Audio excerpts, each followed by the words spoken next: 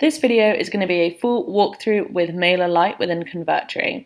So this involves getting MailerLite integrated within our Convertri account and then creating what they call a group, but is sometimes called a list or an audience, to act as a target for our email addresses, and finally a working form with this group that we've created. So this is a full how-to walkthrough to get started with MailerLite from scratch, and by the end of it you'll have a working form page. So to get started, go to the account dashboard and click on Integrations on the left-hand toolbar. Scroll until you see MailerLite and click Set Up. So the one piece of information that MailerLite needs to get integrated with Convertri is we need to communicate the API key.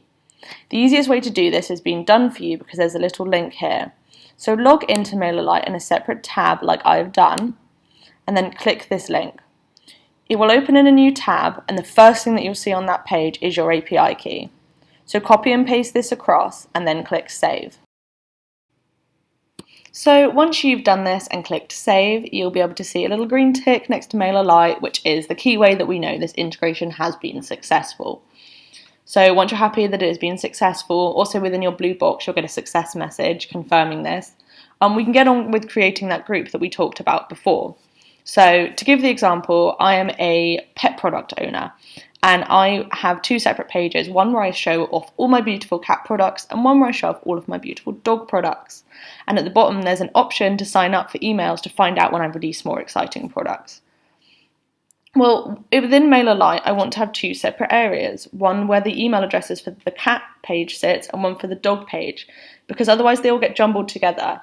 And then when I have a new dog product and I email everyone about it, it'll also send the email to the cat product users who don't want to know about that because that's not relevant, that's not what they signed up for. So keeping your audience segmented is a really good idea. These places that they're stored, they're sometimes called lists, they're sometimes called forms, they're sometimes called audiences. MailerLite calls them groups. It's all the same thing, it's just a different term. So once you are all integrated, we can log back into MailerLite in our other tab and we can create one of these groups by going to subscribers and then groups. So I've stuck with my cat and dog theme today and created two groups already. You can see they've got no subscribers, I've just created them, but once you start collecting email addresses, you will be able to edit your groups and see exactly what's going on with them here. You can also create groups if you don't have one and you want to create one today, that's where you do it. Name it something relevant that you'll remember, and then you'll be able to select this group within your page within Convertri. So once you're happy that you've got a relevant group, let's go show you how this works at page level by going to the funnel and page that you wish to add your form to.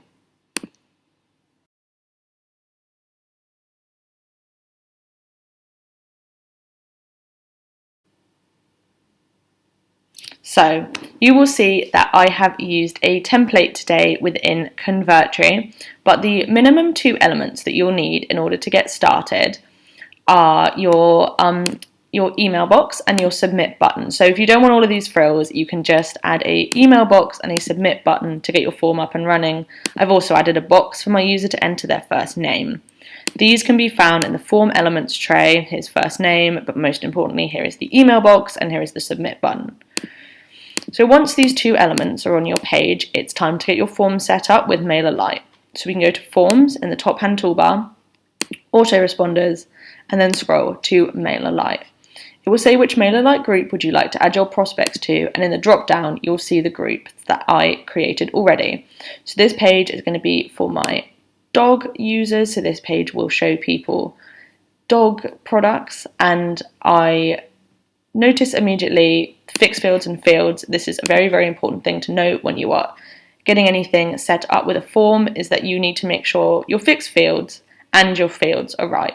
So fixed fields is when a autoresponder says, hey, I know what that is, and tells you. So Convertri says it's an email, and then MailerLite says, yeah, that's an email. But not for everything. It will say, oh, what's this? And you need to find something that suits this best. So you can say none, and you can leave this unlabeled. However, this isn't useful because if you add a page, if you add an element to the page which is where someone enters their company, for instance, MailerLite won't know what to store this as. It won't know. It is just a jumble of letters. It needs a label. It needs a type. So for me, the closest would be website.